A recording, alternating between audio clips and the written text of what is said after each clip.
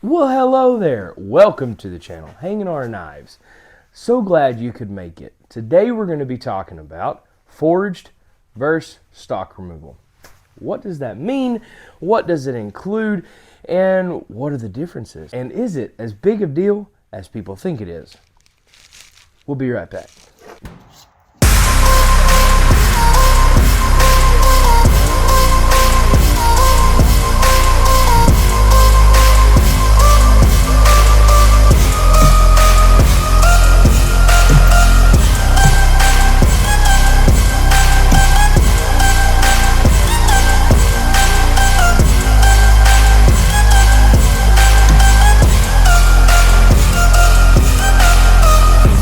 Now, we all know what a forged knife is. You've seen Forged in Fire, where they have, bladesmiths going head to head in a competition, using all kinds of different material, scrapping, scrounging, having to make Damascus or having to make something out of a lawnmower blade or whatever it may be.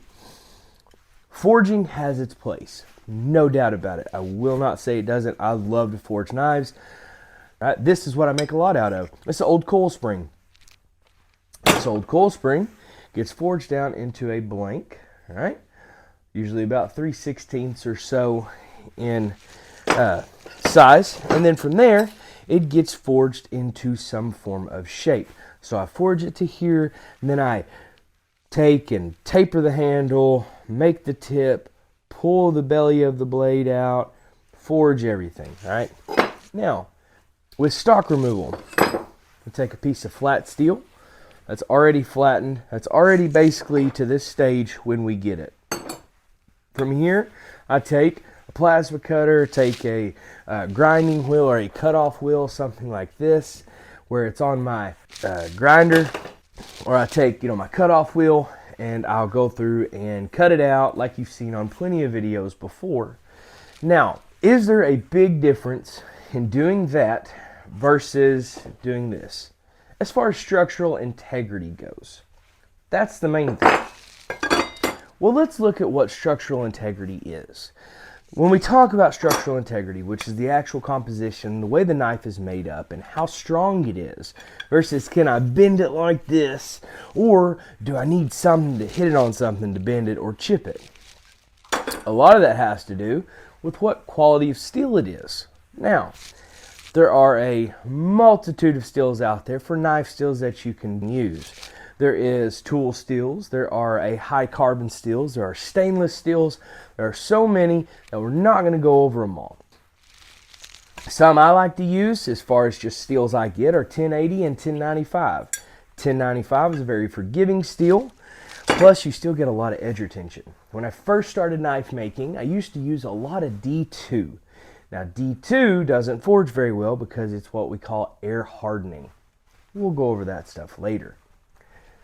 Forged knives are fun, and you can do a lot of cool stuff with them, right? So you can twist handles, put little curly cues in them, and do all these things. But when we talk about it, when we get down to it, a forged knife is just shaping it.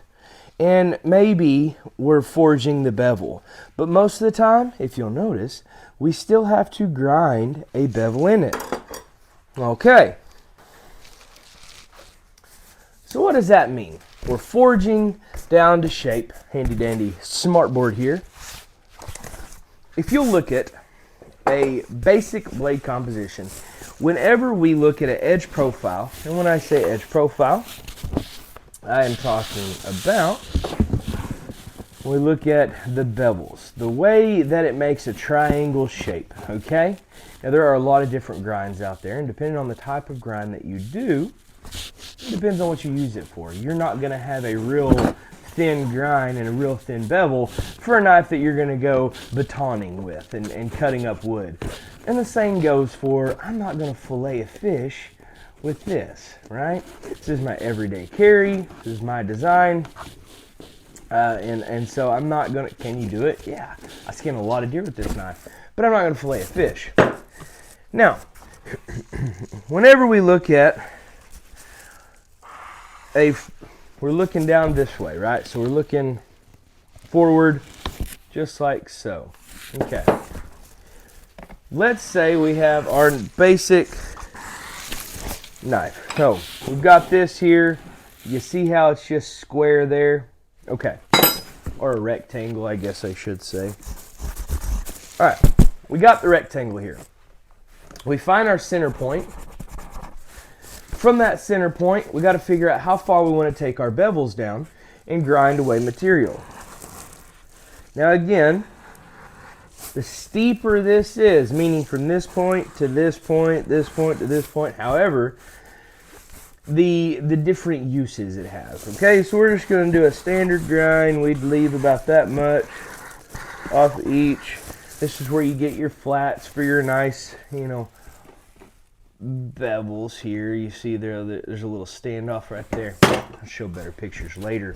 All right, now here we have this metal here and this metal here. Can you forge that away and forge it down? Yes, you can.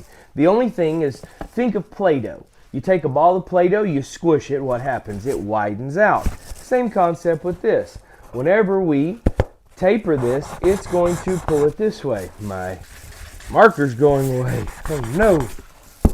I'll have to get a better marker. Okay, so it's going to pull it this way. Now what that does for us is we're going to have to go in and we're going to have to grind that back down because you're not going to forge that away. The metal is still there and there is nothing you can do about that. The metal has to be taken away somehow.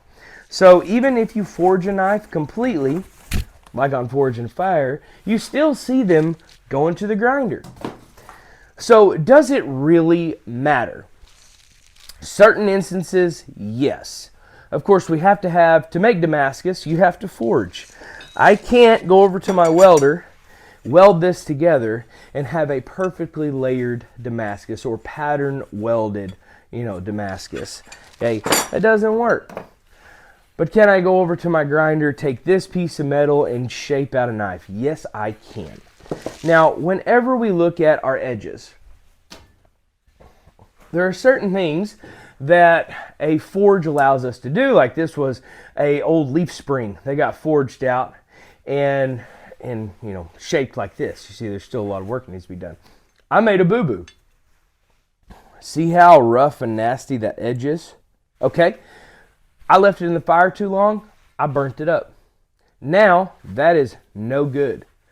Now, the same thing could be said if you're going to cut this out with a plasma cutter. I have some knives here. Hang on. Right here. That was cut out with a plasma cutter. Now, you see how there's slag here? This metal on the edge is no good. The carbon has been burnt out of it, meaning that it got way too hot. The carbon said, I'm out of here, and that's what we're left with. So what I have to do to make this an effective knife, to make this a good cutting knife, is I'm going to have to draw it back a little bit, grind away at least 1/16 or so away from the edge. 1/16 to 1/8. I'll probably go 1/8. I always allow extra material if I'm going to cut it with a plasma cutter.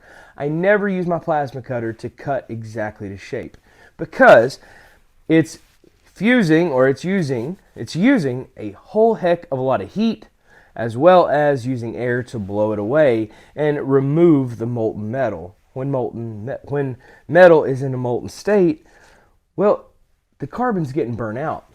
Same concept as here. I left this in the forge too long. The front edge of this is toast. To make this a longer hawk, like I would want, then I'm going to have to forge weld a piece or a billet on it, or I'm just going to have to bring it and make it substantially shorter.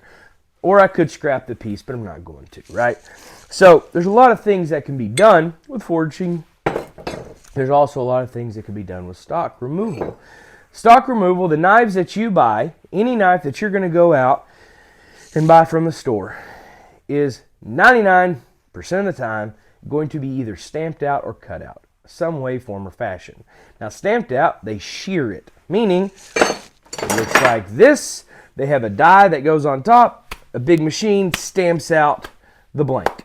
Now, all you're doing there is you're going to have this shear line. Now, you'll see it. Do you see how there's this faint silver metal? That's been sheared. Hasn't been cut.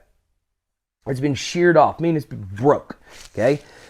Does that mess with it a whole lot? It puts stress under it, and that's why you have to anneal it, you have to normalize it, and take this stress back out of it. But you should be doing that in your normal knife making process anyways. Now, I have jumbled on, and I have rambled on, and I have talked a lot about things, right? Let's get down to the brass facts.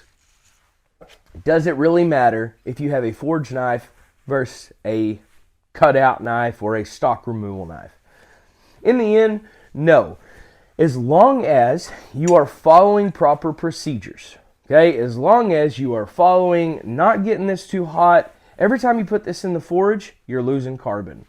Every time you heat this up and cut the edges with your plasma torch, you're losing carbon. So as long as you remember that, and as long as you work around it, you're going to be fine. There's nothing that says you can't have a good quality knife that's stock removal. The knives that you're buying online or buying certain brands that I won't name names that are $100+, they're all cut out. Nobody's sitting behind the scenes and forging these things out. If they say they are forged, usually what it is they'll stamp forge them, meaning they get it hot and then they forge it in a process. It's drop forged. Okay? So, leaving you with a lot today. Wanted to shine some light on it. We're going to start kind of going over certain things. We're going to go over steel materials. We're going to go over different procedures for forging a knife, for stock removal of a knife. I've got 4 going right now that I'm working on for an individual. And so I'll go over the process of that. Those were all cut out and will be normalized. That's what's happening right now. They're being annealed, and then they'll be worked with, and then we'll normalize, and then we'll go from there. So until next time, y'all have a wonderful day, be good people, and make good choices.